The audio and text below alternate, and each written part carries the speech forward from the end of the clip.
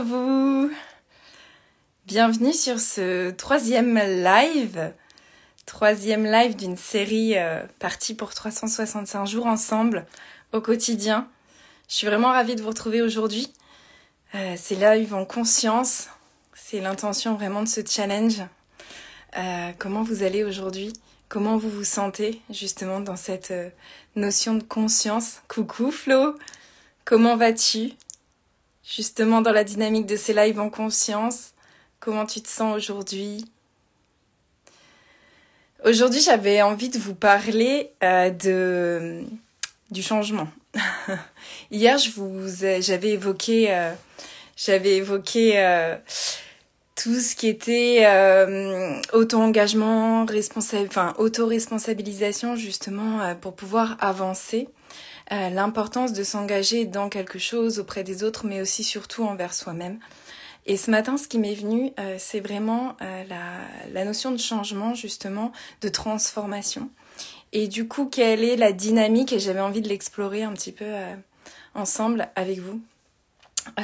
En fait, dans la notion de changement, souvent, il y a la résistance qui va avec. Pourquoi on n'arrive pas à mettre en place des choses ? Si je prends par exemple le poids, souvent on a un objectif qui est clair, qui est défini, mais le fait de justement mettre un objectif trop grand, ou en tout cas une envie trop fictive, trop illusoire, va créer en fait aussi cette résistance, toute cette dynamique qui est un petit peu négative, et en fait ça part surtout de l'acceptation pour moi. C'est vraiment important pour tout changement, avant de démarrer une dynamique de changement, de rentrer dans l'action, les petits pas qui vont faire qu'on avance, c'est d'abord et avant tout d'accepter où on en est sur le moment. Et si je reprends l'exemple du poids, c'est ça. Souvent, on veut quelque chose de différent, de mieux, on a l'illusion que ce sera mieux, que ce sera merveilleux, ce sera plus beau quand on y sera arrivé. Mais en fait, c'est une illusion parce que le plus souvent, et je le vois régulièrement en accompagnement, c'est pas le fait d'avoir perdu du poids qui va finalement nous rendre plus heureux. Ça peut en un sens, mais si d'abord il y a eu cette transformation au départ, où là encore, on est au clair avec soi et on se respecte en fait. Ça part vraiment du respect, de l'estime de soi, de se donner assez d'amour à ce moment-là, parce que le corps vient dire quelque chose, et si c'est pas ok, si c'est pas serein, en fait, il vient vous dire quelque chose pour résoudre et faire la paix, en fait, avec ce quelque chose. Donc faire la paix avec soi, avec une partie de soi le plus souvent. Et tant qu'on est en résistance par rapport à ça, mais que ce soit le poids, un chiffre, que ce soit la dynamique des régimes, que ce soit la nourriture, que ce soit un comportement quel qu'il soit, tant qu'on garde cette résistance, en fait, finalement, on n'avance pas. Et c'est vrai que ça vient vraiment dire « donne-toi de l'amour ». Alors, on entend beaucoup ça, l'amour de soi, très philosophique, blabla. Mais en fait, c'est de l'amour de soi dans le sens qualité de relation à soi, et vraiment valoriser la relation qu'on a avec soi-même, finalement. Ça part vraiment de là, et ça, on n'apprend pas à le faire à l'école. Ça va dépendre aussi de nos blessures, de la dynamique familiale qu'on a eue, de l'éducation qu'on a reçue, des échanges affectifs, les émotions aussi, comment on a pu traverser ou pas les émotions. Et tout ça, en fait, on va se construire au fur et à mesure avec ça, avec ces références-là, ces modèles. Mais il n'y a pas de moment, moi, à ma connaissance, il n'y a pas de moment, il n'y a pas d'événement où un jour on est face à soi-même, sauf de choix de dev perso ou autre, de démarche, quelle qu'elle soit, mais il n'y a pas sinon d'école pour ça, de dire à un moment où tu en es avec toi-même, en fait. Comment tu te considères ? Qu'est-ce que tu te dis le matin quand tu te lèves, en fait, et que tu te regardes dans le miroir ? Comment tu reçois les compliments de l'extérieur ? Quand est-ce que je suis fière de moi ? Quand est-ce que là, je me dis « Ah ouais, franchement, t'as géré, là ». Voilà, donc évidemment il y a une éducation, il y a toute une société, hein. Faut pas être égoïste, faut pas être... Enfin c'est même pas de l'égoïsme, là c'est pour le coup, c'est d'être... Je trouve pas le mot, mais bref, de se mettre en avant, quoi. Faut pas trop se mettre en avant. Et en fait, c'est vraiment ce que ce qu'on travaille, enfin ce qu'on vient plutôt assouplir en fait en accompagnement. C'est vrai qu'avec mes clientes, je vais venir là-dessus. Je vais venir casser hop, je veux tout de suite régler ça, ne plus avoir de compulsion, perdre du poids, avoir ce chiffre et tout ça. La step d'avant, ça va être vraiment d'amener tranquillement pour faire prendre conscience qu'avant ça, c'est primordial en fait d'accepter, de s'accepter tel qu'on est aujourd'hui.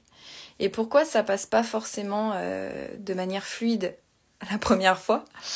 C'est parce que j'ai observé que dans l'esprit des gens, de la majorité, et même moi aussi, accepter, ça a un petit peu cette connotation de résignation. Coucou Claudia, j'espère que tu vas bien en ce milieu de week-end. Ouais, donc c'est vraiment l'acceptation en fait qui est connotée en fait résignation, comme si j'acceptais. Donc je prenais l'exemple du poids. Si je m'accepte à ce poids-là, ça veut dire que je me résigne. Ça veut dire que je fais rien. Ça veut dire que je baisse les bras. Ça veut dire que du coup, j'abandonne en fait. Et on veut pas, vu qu'on a cet objectif, voilà, d'atteindre ce poids, de mieux manger, d'arrêter les compulsions, de se sentir mieux dans son corps. Après, ça peut être voilà plein de choses. Mais du coup, accepter égale souvent en première lecture se résigner, abandonner et donc dire bah non, je vais rester toute ma vie comme ça. Et qu'est-ce qu'il y a derrière? En fait, il y a tout simplement la peur. Et c'est humain, c'est normal. La situation souvent aussi est tellement insupportable et notamment dans les compulsions qu'on veut plus, qu'on veut vraiment en sortir. Et rien que l'idée de se dire j'accepte ça, bah non en fait, parce qu'on est en résistance, on sait que ça va pas, mais du coup on lutte et on veut autre chose. Alors que aussi paradoxal que ça puisse être, c'est à partir du moment où on accepte la situation que là on peut la changer. C'est vraiment, c'est pas forcément intuitif, mais c'est vraiment ce qui se passe. Et là, vous pouvez me croire sur parole, mais pour le coup, c'est à partir du moment où j'accepte, j'arrête cette lutte envers moi-même parce que finalement la lutte, elle est de soi à soi, hein, tout simplement. L'extérieur, il continue sa vie, la vie, elle continue son cours. Donc c'est vraiment à partir du moment où je fais la paix avec moi-même, que j'accepte la situation telle qu'elle est, que là, je peux envisager ce que je peux mettre en place différemment, en fait. Parce que, comme vous savez, hein, de toute façon, tout changement amène forcément à faire différemment. Hein. Si je continue à faire les choses de la même manière, je peux toujours espérer que les résultats soient différents. Donc, du coup, c'est vraiment d'aller chercher ça. Et qu'est-ce qui va se passer quand j'accepte, dans le sens j'accueille la situation, j'accepte mon poids, j'accepte mon corps tel qu'il est.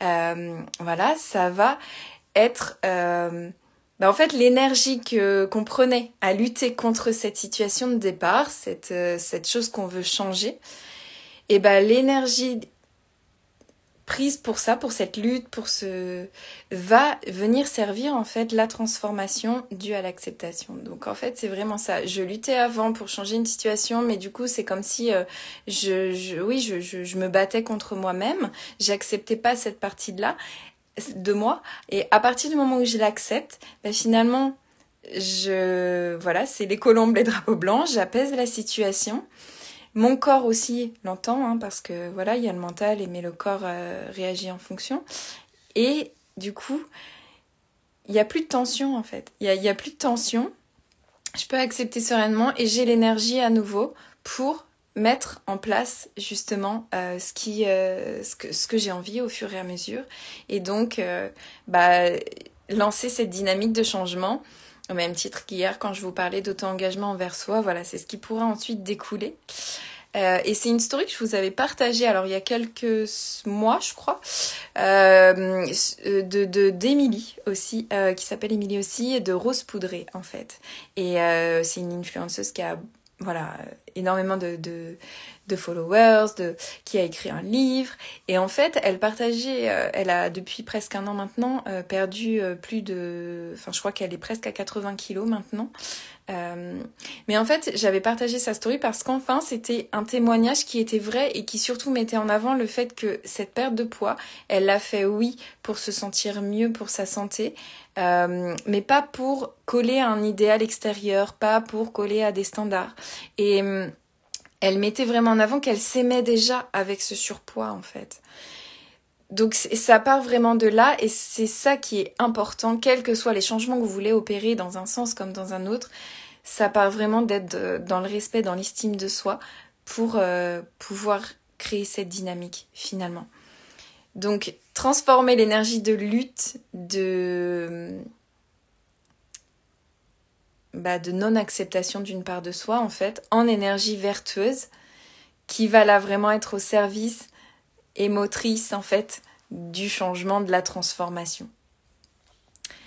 Je sais pas si ça vous parle, si ça fait écho, ou si c'est moi qui fais des liens un petit peu avec tout, mais vraiment je pense que c'est, à mon avis, à mon sens, la base, et qu'on a tendance à aller un petit peu trop vite, à plonger un petit peu, que ce soit dans la sphère des régimes, dans un comportement pour changer, mais qui peut-être est incomplet, dans le sens où, comme je vous disais, à la base...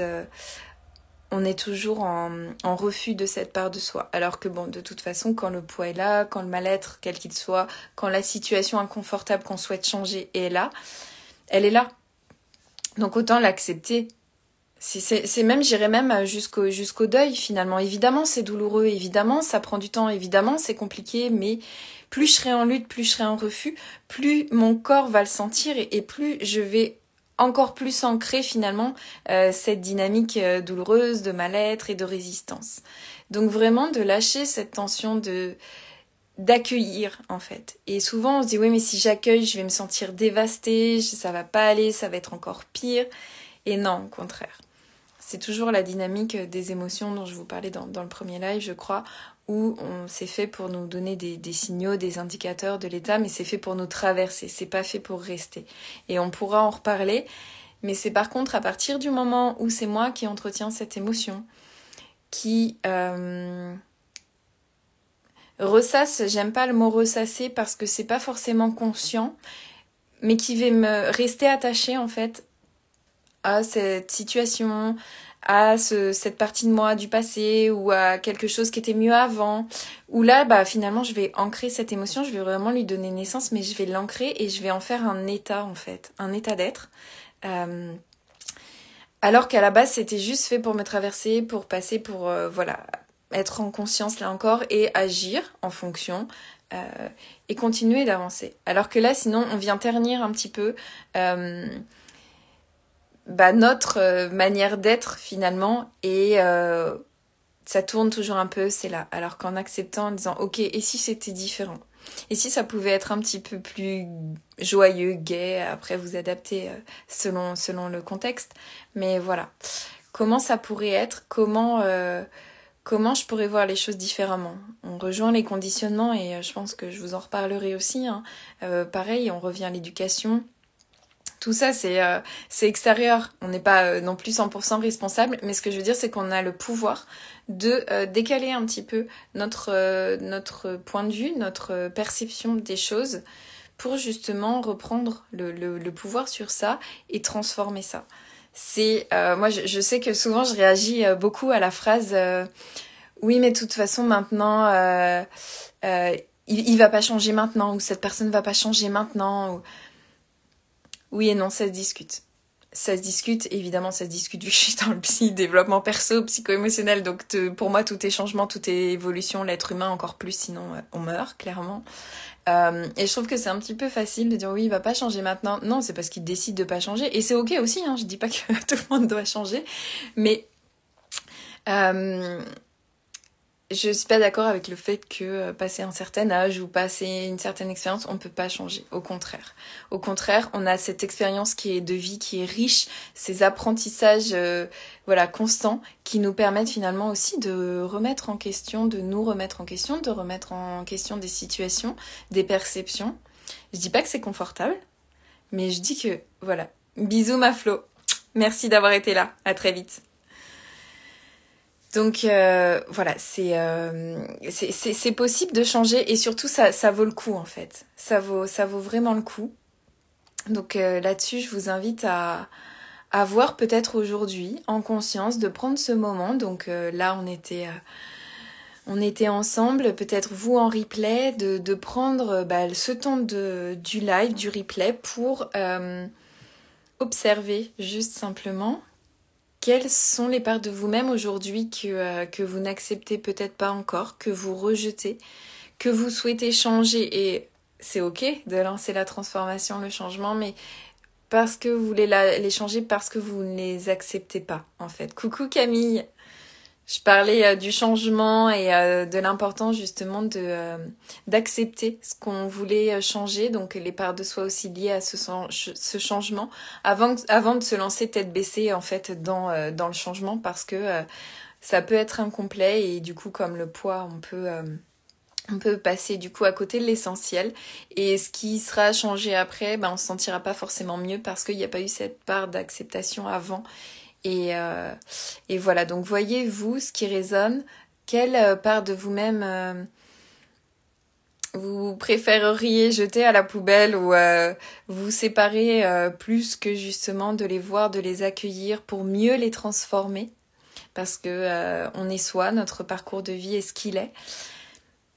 Évidemment, des fois on se dit bah oui, j'aurais aimé que ce soit différent, mais au final chaque chose a sa raison. Donc voilà, essayez de faire l'exercice de voir différemment. Si je voyais ça, si je percevais ça différemment, si je réécrivais cette expérience douloureuse que j'aurais aimé changer, qu'elle soit différente, si là je décidais de le changer maintenant, de le voir différemment, comment ce serait ?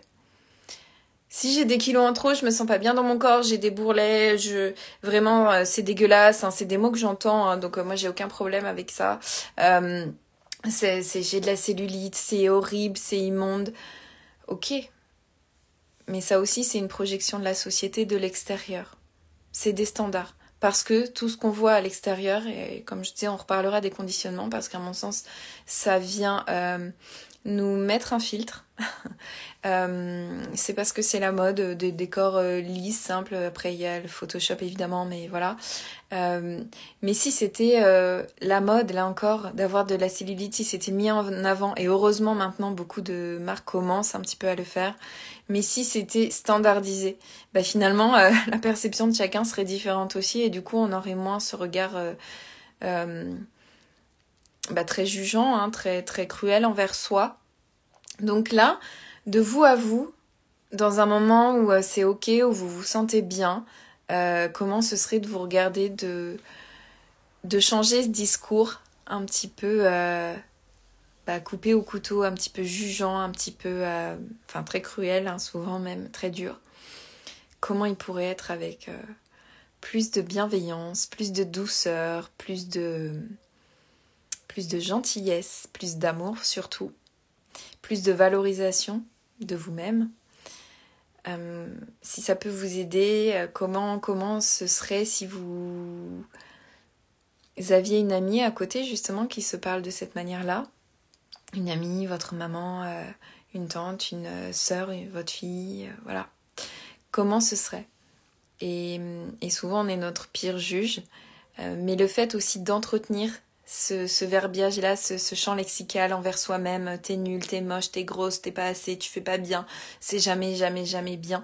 Ça vient clairement ancrer aussi les vibrations, l'énergie liée à ces mots.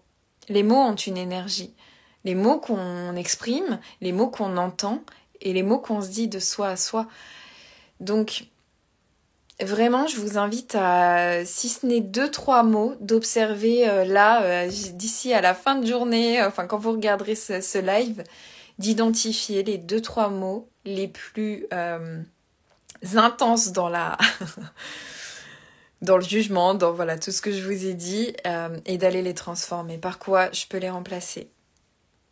Voilà, par quoi j'ai des cernes ce matin. Ouais, ok, d'accord, donc oui, t'as des cernes. Non, je suis juste fatiguée et je me reposerai et c'est ok, voilà. D'aller à chaque fois qu'il y a une phrase voilà, un petit peu clinquante, un petit peu réductrice, d'aller la transformer pour vraiment adoucir cette relation de vous à vous-même, de soi à soi, pour ensuite justement lâcher ces résistances, ces tensions et cette lutte envers soi, et du coup favoriser vraiment le changement et d'aller vers une dynamique plus vertueuse. Et je vais vous donner 2 exemples. J'ai 2 exemples qui me viennent, peut-être que ça vous parlera davantage à travers cela. C'est comme l'âne avec le bâton et la carotte. C'est comme aussi un enfant, bon je compare pas l'enfant à l'âne, mais c'est comme l'enfant, comment avance le mieux un enfant, et même un adulte, hein, nous aussi ça continue à notre âge, mais comment on avance le mieux finalement, c'est avec des encouragements, c'est avec de la valorisation, c'est avec une reconnaissance de ce qu'on a accompli, de ce qu'on fait, de ce qu'on est en train de faire, de ce qu'on a envie de faire. Et même s'il y a besoin de réajuster, ça peut tout à fait se faire en douceur. Donc moi, je suis pas du tout partisane des... Après, il y a des personnes pour qui ça marche très bien et c'est ok. Mais du bâton, justement, ouais, allez, go, go, go, on y va. Mais si, c'est quand j'ai mal que j'avance. Voilà, moi, c'est vraiment des choses qui sont si intimes en plus, que ce soit la relation à la nourriture, la relation à soi-même, la relation au corps, le poids, les changements. C'est important, à mon sens, d'être doux envers soi. Et moi, c'est ce que je mets vraiment en avant dans mes accompagnements. Donc, d'aller, voilà, tranquillement adoucir tout ça pour créer une dynamique beaucoup plus vertueuse et qui tiendra sur le long terme. Parce que sinon, après, c'est trop difficile aussi c'est pas possible de tenir en étant toujours dans la violence, dans les reproches, etc. Voilà. Donc, observez ça. J'espère que cela il vous parlera.